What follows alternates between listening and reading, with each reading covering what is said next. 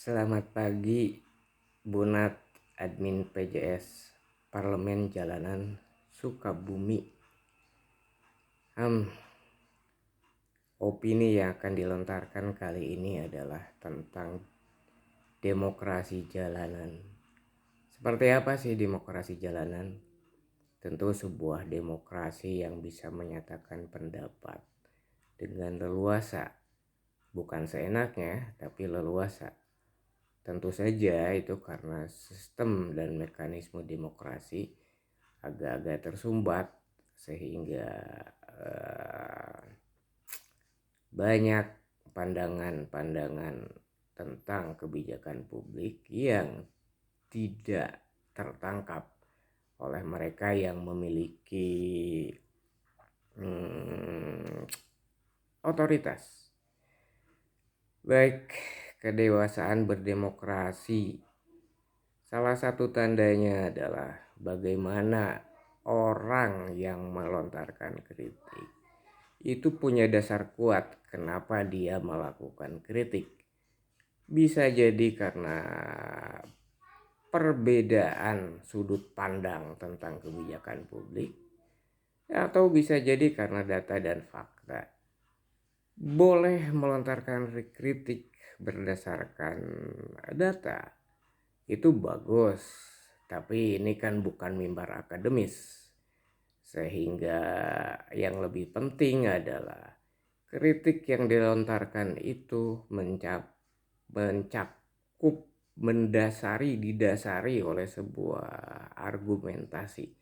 Bisa argumentasi pikiran, bisa argumentasi kebijakan, bisa argumentasi empiris, atau apapun itu, yang penting ada argumentasinya yang jelas. Bagi yang dikritik, kedewasaannya akan terlihat bagaimana dia menyikapi itu. Bisa saja dia tahu benar apa yang menjadi kritik, hal yang dikritik, dan dia sangat percaya diri. Maka ketika itu terjadi, dia tidak perlu capek, tidak perlu panas terhadap kritik yang diterima. Dia cukup berargumentasi kembali bahwa ini loh kebijakannya tuh seperti ini, sudut pandangnya begini. Data sama, fakta sama, sudut pandang juga kan bisa beda. Ada juga orang yang berpikir bahwa kalau yang namanya kritik itu harus dengan solutif. Waduh Pak, terlalu naif deh untuk seperti begitu. Kenapa? Solusi itu hanya bisa digunakan oleh pemegang otoritas. Kayak orang yang mengkritik di luar sistem karena harapannya tidak terpenuhi, karena sudut pandangnya yang beda. Ya mana mungkin bisa. Jadi jangan terlalu naif seperti begitu. Banyak ragam gaya kritik, banyak ragam gaya menerima, menyikapi sebuah kritik yang dilontarkan. Ada kritik yang amat provokatif, yang mengajak orang berbuat, bergerak, bukan revolusi pemikiran, tapi bagaimana bergerak mempengaruhi kebijakan secara fisik. Provokatif, baik-baik aja, nggak masalah sebetulnya, nggak perlu jadi sebuah dianggap sebagai sesuatu yang ancaman yang luar biasa.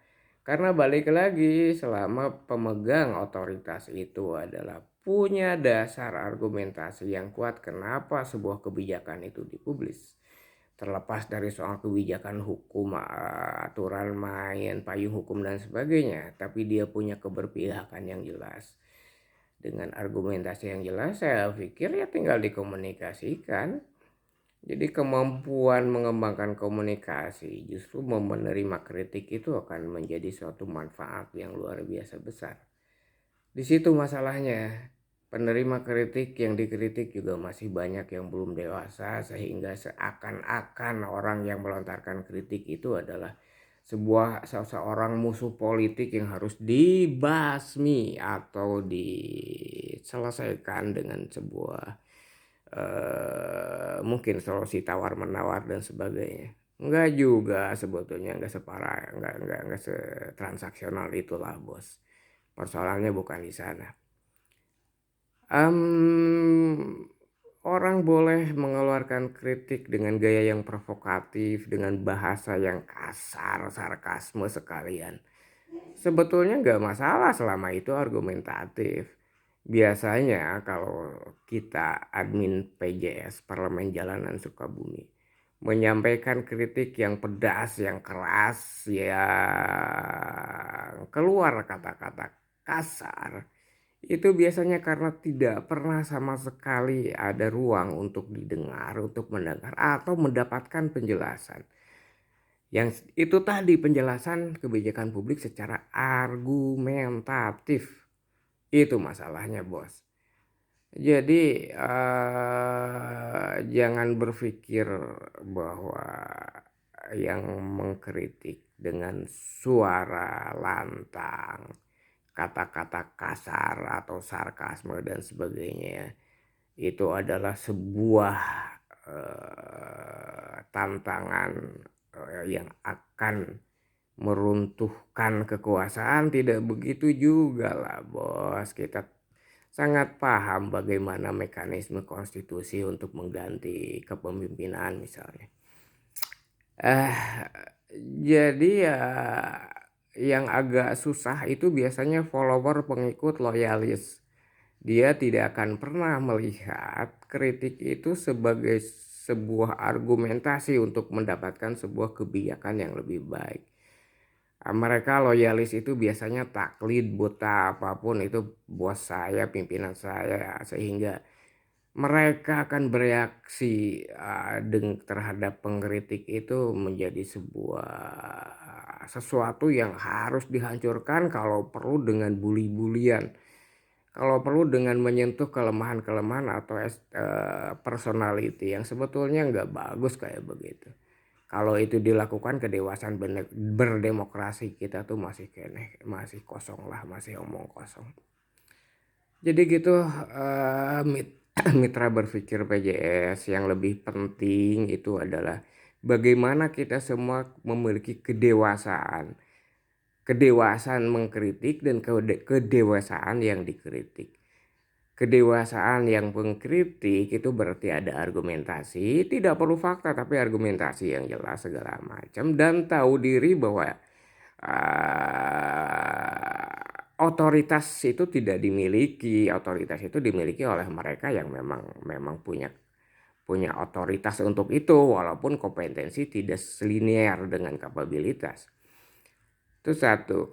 Kemudian kedewasaan dari mereka yang yang dikritik, maka tinggal dilihat, dianalisa, dikaji apakah kritik yang dilontarkan itu argumentatif atau tidak. Kalau argumentatif ya nggak ada salahnya untuk difikirkan, dikaji, kalau perlu bikin kajian bareng sehingga akan menghasilkan kebijakan publik yang lebih baik.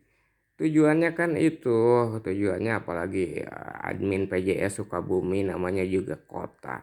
Kita pengen kota ini menjadi kota yang nyaman, memberikan kebahagiaan bagi warganya.